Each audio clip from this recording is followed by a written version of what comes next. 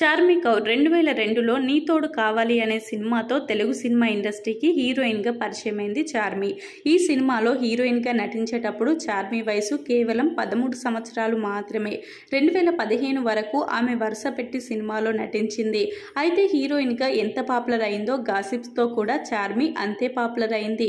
పూరి జగన్నాథ్తో ఆమె వ్యవహారం మీడియా వరకు వచ్చింది. సోషల్ మీడియాలో అయితే వీరి మధ్య ఉన్న సంబంధం ఏంటి అంటూ ఎన్నో వార్తలు వస్తూనే ఉంటాయి.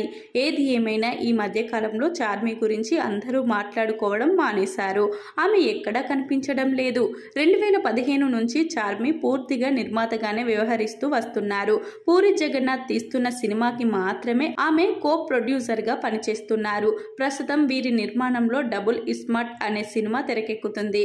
అయితే ఈ సినిమా కన్నా ముందే చార్మి మాట్లాడడం పూర్తిగా మీడియాతో మానేసింది.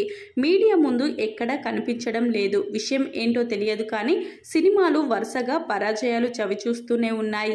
ఆ ప్రభావం చార్మిపై గట్టిగా పడినట్లుగా కనిపిస్తుంది.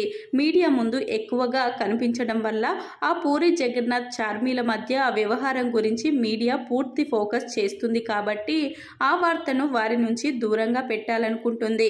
చార్మి మరియు పూరి జగన్నాథ్ మధ్య కేవలం నిర్మాణ భాగస్వామ్యం మాత్రమే కాకుండా యాక్టింగ్ ఇన్స్టిట్యూట్ కూడా ఉంది. మరి చార్మి డబుల్ ఇస్మార్ట్ శంకర్ సినిమా విజయం సాధించాకే మీడియా ముందుకు రావాలి అనుకుంటుందా, లేకపోతే మరేమైనా కారణం ఉందా అనే విషయం తెలియాల్సి ఉంది. ఇక తన యాక్టింగ్ కెరియర్ కూడా పూర్తిగా మానేసినట్లుగా చార్మి ప్రకటించడం విశేషం. పెళ్లి కూడా చేసుకోకుండా పూరి జగన్నాథ్తో సినిమాలు నిర్మిస్తూ జీవితాంతం బ్రహ్మచారిగానే ఉండేలా కనిపిస్తుంది. పెళ్లి ఎప్పుడు అనే ప్రశ్నకు మాత్రం తన పెళ్లి తన ఇష్టం అంటూ సమాధానం చెప్తుంది చార్మి.